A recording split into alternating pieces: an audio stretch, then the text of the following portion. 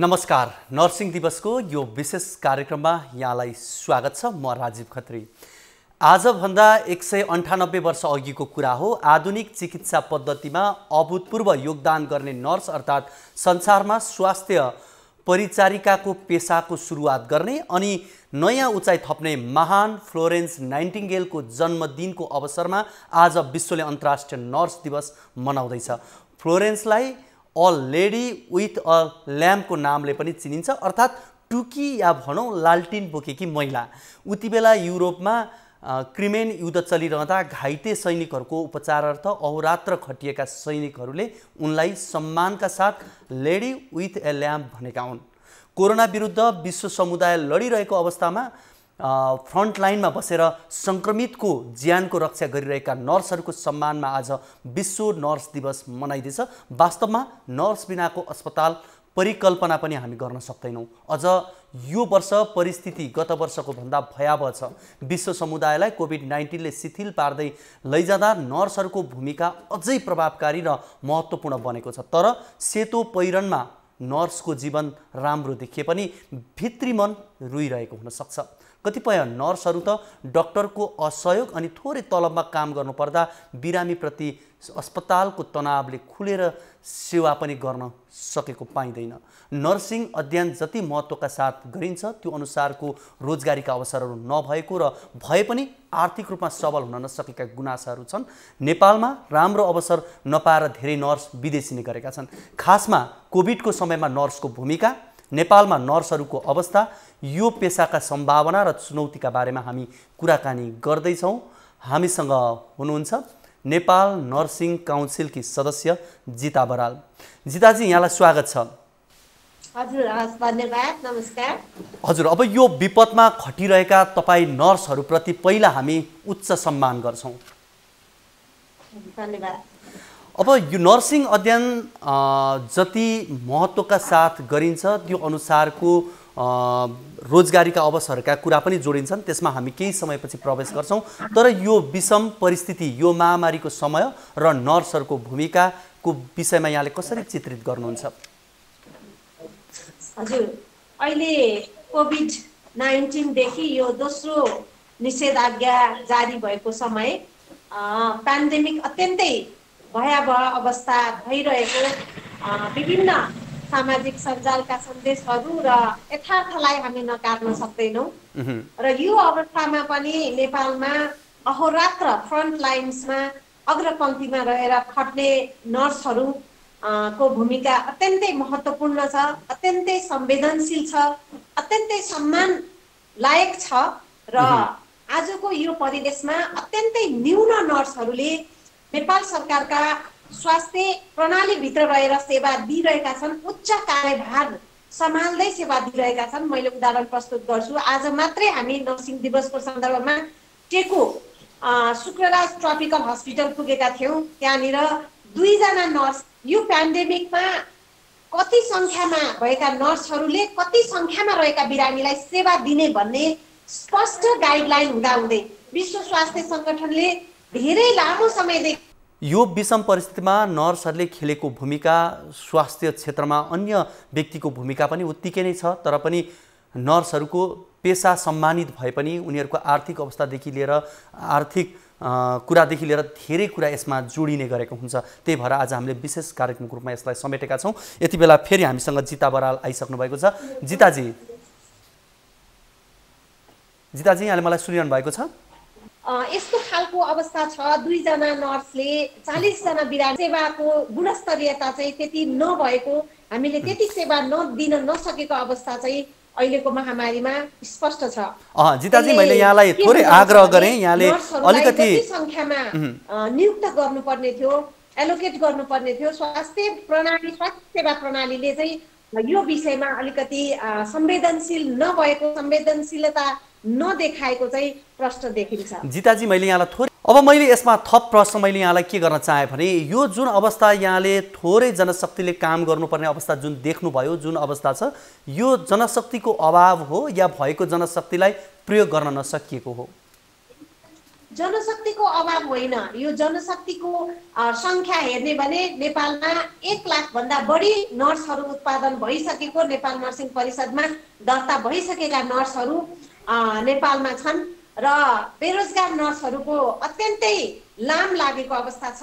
त्यसकारण यो जनशक्तिलाई सही रूपमा सदुपयोग गर्न नसकेको एउटा नेपाल सरकारकै आफ्नो एउटा कमजोरी भन्नुपर्छ र सँगसँगै निजी स्तरमा बनेका अस्पतालहरू, मेडिकल कलेजहरू, निजी स्तरका ठुला ठुला अस्पतालहरूले समेत WHO को गाइडलाइनलाई यो नर्स र बिरामीको रेसियोको अनुसारमा व्यवस्थापन गर्न नसकेको नै हो।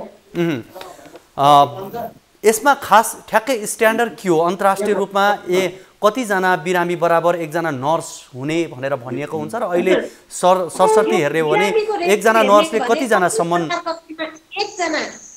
एकजना नर्स बराबर एकजना बिरामी राख्नुपर्ने हुन्छ। त्यस्तै गरेर आकस्मिक कक्षमा हेर्ने भने 4 देखि 6 जना बिरामी बराबर एकजना नर्स राख्नुपर्ने हुन्छ। त्यस्तै गरेर अन्य विभिन्न सेवाहरू जस्तै मातृ शिशु सेवा, प्रजनन स्वास्थ्यका सेवाहरूमा डेलिभरीमा 1 जना बिरामी बराबर 2 जना नर्स राख्नुपर्ने हुन्छ। तर हाम्रो विडम्बना 1 जना नर्सले 40 जनासम्म बिरामी हेरिरहेको अवस्था छ।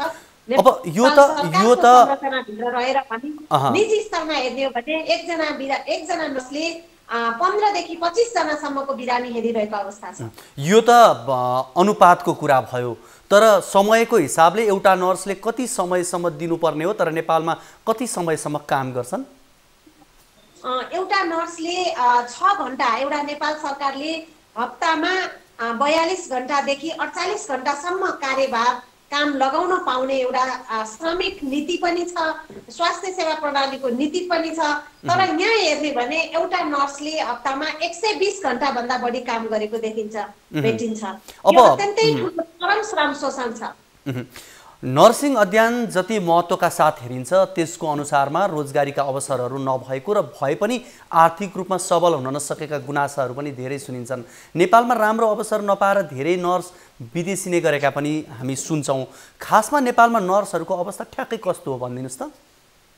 वास्तवमै नेपाल सरकारको एउटा जुन मापदण्ड अनुसारका अस्पतालहरूमा जुन सेवा सङ्ख्यामा नर्स राख्नुपर्ने हो, नर्स व्यवस्थापकमै पनि, नर्सिङ अधिकृतमै पनि नर्सहरूको सङ्ख्यालाई एउटा नियुक्त गर्न नसकेको अवस्था छ। धेरै सरकारी सङ्घ संस्थाहरूमा नर्सिङ अधिकृतको भ्याकेन्ट पोस्टहरू छ, रिक्त छ। र अर्को चाहिँ निजी स्तरमा त तपाईँको भन्दा सामान्य स्वास्थ्य मन्त्रालयले लगाएको न्यूनतम मापदण्डलाई पनि मानिएको अवस्था छैन। तसर्थ नेपालमा एउटा रोजगारको अवसर नभएको कारणले सरकारी स्तरमा रोजगारको अवसर न्यून छ र निजी स्तरमा चाहिँ श्रम शोषण अत्यधिक मात्रामा छ। यो दुवैको मारमा नेपालका नर्सहरू परेका छन् र यो पीडालाई व्यवस्थापन गर्नको लागि नर्सहरू बाध्य भएर विदेशिनु परेको अवस्था छ अवसरकै खोजीमा। तपाईँ नेपाल नर्सिङ काउन्सिलमा पनि हुनुहुन्छ। नर्सिङ पेसालाई व्यावसायिक र मर्यादित बनाउनलाई नर्सिङ काउन्सिल ऐन 2052 परिषद भए पनि त्यो काम चलाउन मात्र छ। यो ऐनले समग्र नर्सिङ क्षेत्रको विकासका लागि चाहिँ के गर्न सकेको छैन भनेर यदाकदा पनि सुनिन्छ। नर्सहरूको क्षमता विकास र व्यावसायीकरण गर्न ऐन कमजोर नै हो या इच्छा शक्ति हो? एकदमै कमजोर हो। कमजोर ऐन र कमजोर काम गर्ने मानसिकता। नर्सिङ परिषदमा एकदमै राजनीतिकरण बढी छ।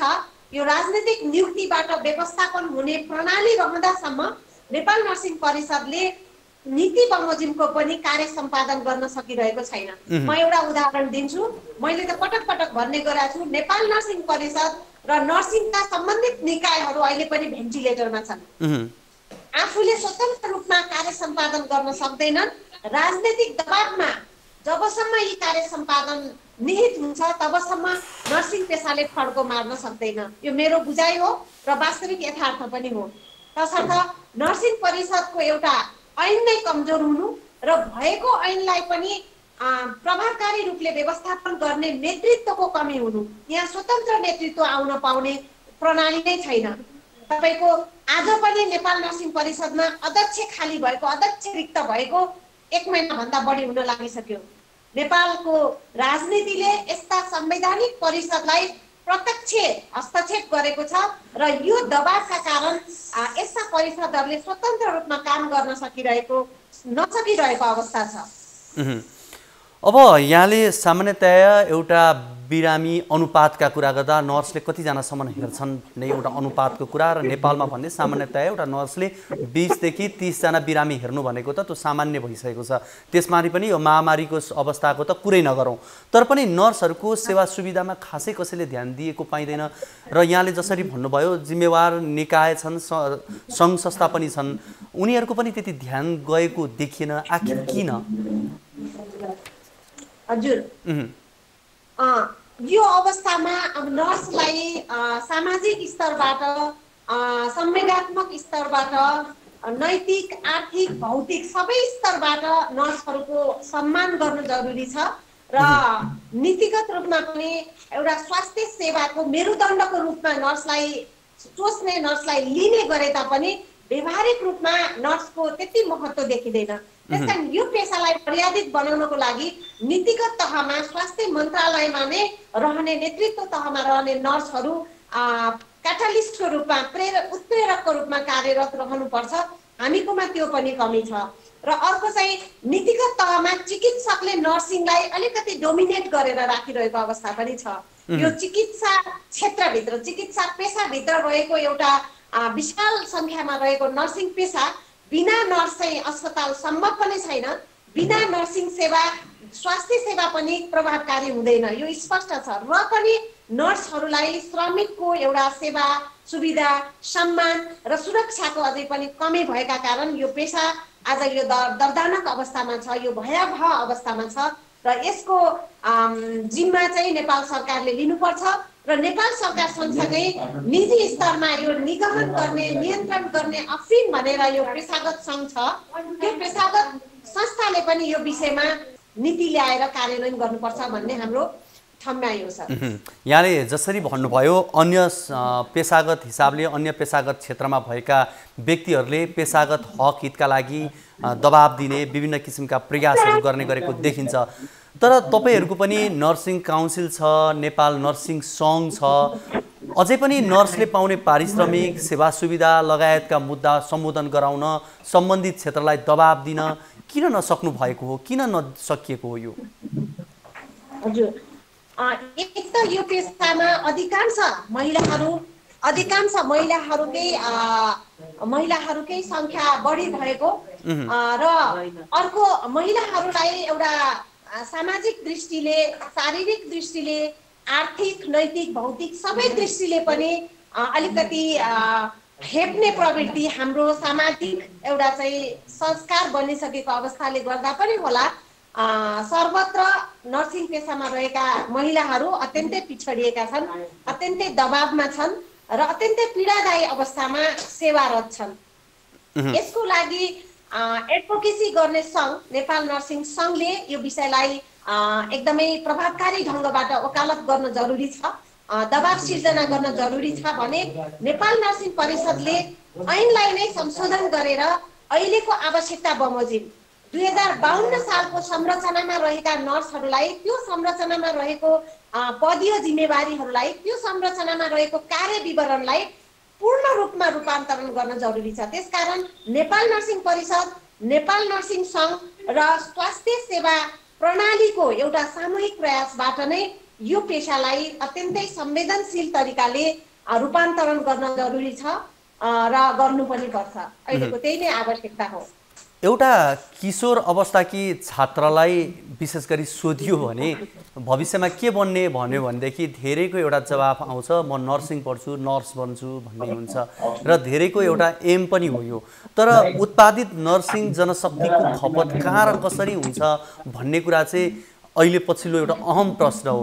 वास्तवमा कहाँ कसरी खपत बनेको छ? विदेशीका लागि एउटा लाइसेन्स मात्रै बनेको हो या नेपालमा पनि त्यो वातावरण बिस्तारै बन्दै गएको छ?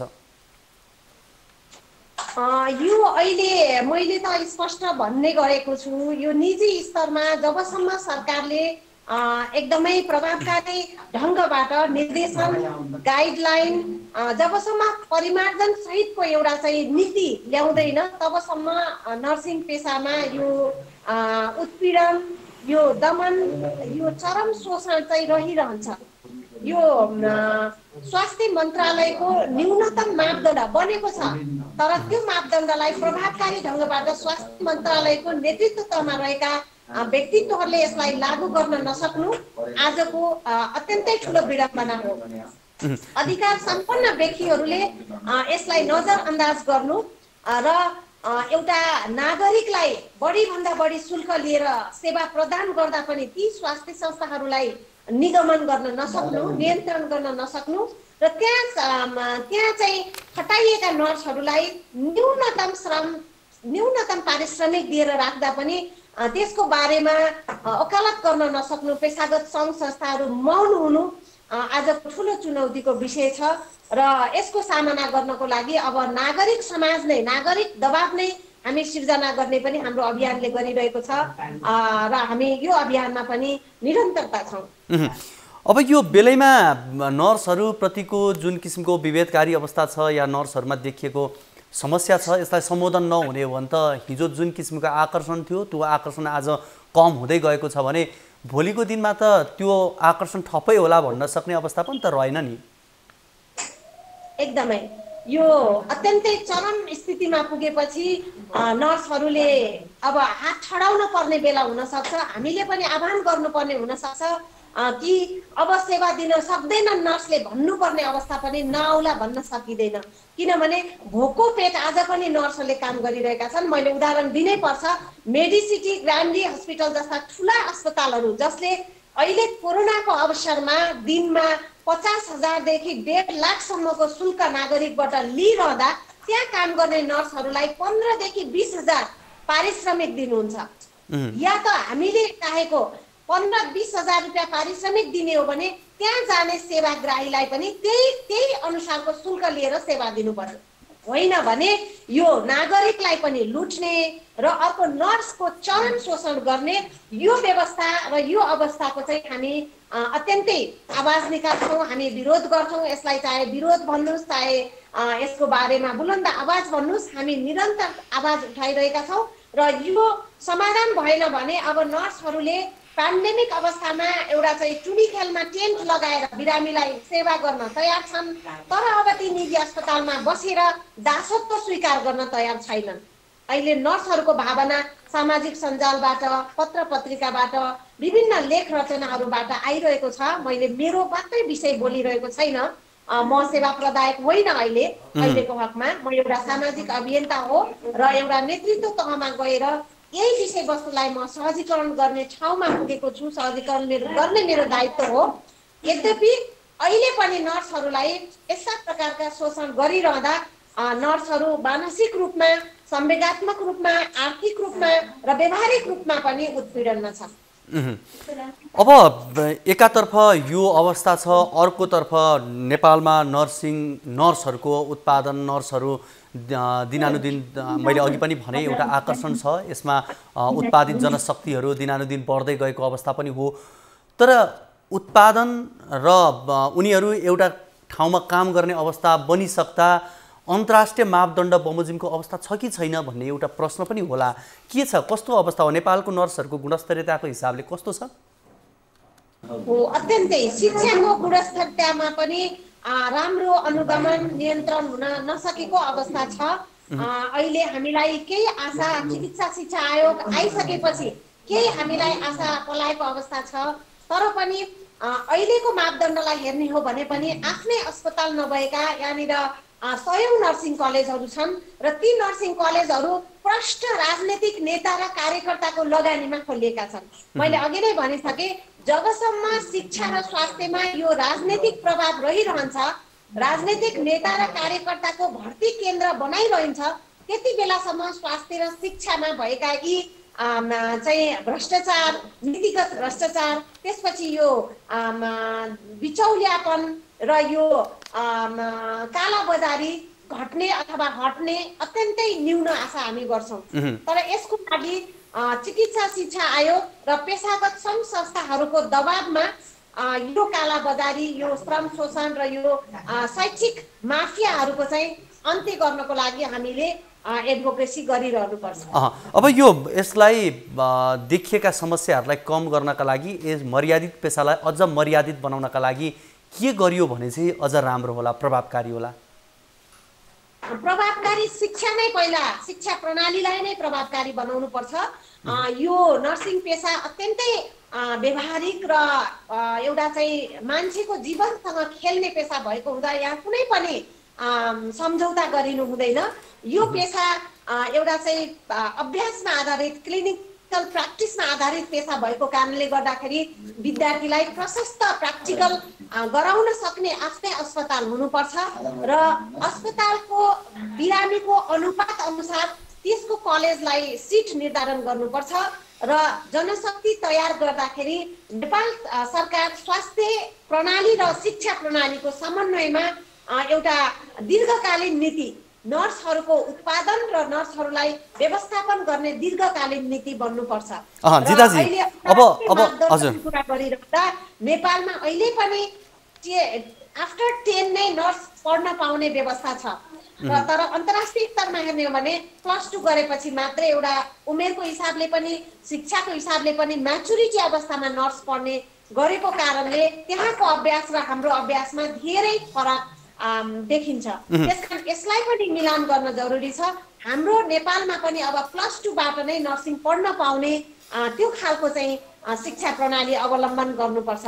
जिताजी, अब हामी नीति परिवर्तन गर्नुपर्छ, अर्को शिक्षा प्रणालीलाई नै परिवर्तन गर्नुपर्छ र अर्को यो जति पनि राजनीतिक आस्थाका आधारमा एउटा मापदण्ड नपुगिकन सञ्चालन गरिएका कलेजहरू, अस्पतालहरू बन्द गरिनुपर्छ। जिताजी, अब हामी कार्यक्रमको करिब अन्तिममा छौँ। हामीले यो नर्सिङ दिवसको अवसरमा नर्सहरूको पेसागत हक हितका सन्दर्भमा पनि कुराकानी गऱ्यौँ, यसमा भएका जटिलता कुरा नि गऱ्यौँ। अब थोरै अन्त्यमा छौँ, एकदमै संक्षेपमा भनिदिनु होला आशा लाग्दा कुरा, मिठा कुरा, सम्भावनाका कुरा र विशेष गरी जो अहिले यो कोभिडको समयमा पनि दिन रात नभनिकन काम गरिरहनु भएको छ, उहाँहरूलाई हौसला दिने तरिकाले के भन्नुहुन्छ? म सर्वप्रथम त अग्रपङ्क्तिमा रहेका सम्पूर्ण नर्सहरूलाई अत्यन्तै सल्युट गर्छु, सम्मान गर्छु। उहाँहरू दिन रात एकदमै आफ्नो न्यूनतम आवश्यकतालाई पनि ख्याल नगरिकन, आफ्नो व्यक्तिगत र आफ्नो परिवार केहीलाई पनि ख्याल नगरिकन यो पेन्डेमिकमा जुट्नु भएको छ, खट्नु भएको छ। उहाँलाई हाम्रो यो समाज, हाम्रो यो अभियानले नै, सिङ्गो अभियानले नै एकदमै सम्मान प्रकट गर्दछ र सबैजना अत्यन्तै धैर्य गर्नुहोला। हाम्रो महत्त्व हामी आफैले बनाउने हो र महत्त्वको लागि नर्सहरूले पनि आफ्नो भूमिकालाई निर्वाह गर्दै वकालतमा अग्रसर रहनु पनि म सबैजनालाई अनुरोध गर्दछु र सँगसँगै यसको एउटा चाहिँ समस्यालाई निराकरण गर्नको लागि पेशागत सङ्घ संस्थाहरूले अत्यन्तै प्रभावकारी भूमिका खेलिदिनु हुनको लागि पनि म हार्दिक अनुरोध गर्दछु। यहाँको लोकप्रिय मिडियाबाट सम्पूर्ण नर्सहरूलाई यो पेन्डेमिकमा सबैजना मिलेर सहयोग गरौँ र अहिले नागरिक बचाउने समय छ। धेरैभन्दा धेरै सचेतनाका कार्यक्रमहरू चलाऊ, घरै बसेर पनि, अनलाइन पनि, टेलिफोन कलबाट पनि हामीले नागरिकलाई यो पेन्डेमिकसँग जुझ्नको लागि, मनोबल उच्च बनाउनको लागि, एउटा रोग प्रतिरोधात्मक शक्ति वृद्धि गर्ने खानेकुराहरूका लागि पनि हामी परामर्शहरू दिउँ भन्दै म सम्पूर्ण नर्सहरूलाई पुनः आज नर्सिङ दिवसको हार्दिक मङ्गलमय शुभकामना व्यक्त गर्छु। हस्, यहाँको यो महत्त्वपूर्ण समय र संवादको लागि यहाँलाई धेरै धेरै धन्यवाद। हजुरलाई पनि धन्यवाद। हामीसँग हुनुहुन्थ्यो नेपाल नर्सिङ काउन्सिलकी सदस्य जिता बराल। उहाँसँग हामीले नर्सिङ दिवसको सन्दर्भमा रहेर कुराकानी गऱ्यौँ। यो नर्सिङ दिवसको सन्दर्भमा तयार पारेको यो विशेष कार्यक्रमको निर्धारित समय सकिसकेको छ। यसलाई बिदा दिनुहोस्। हवस् त, नमस्ते।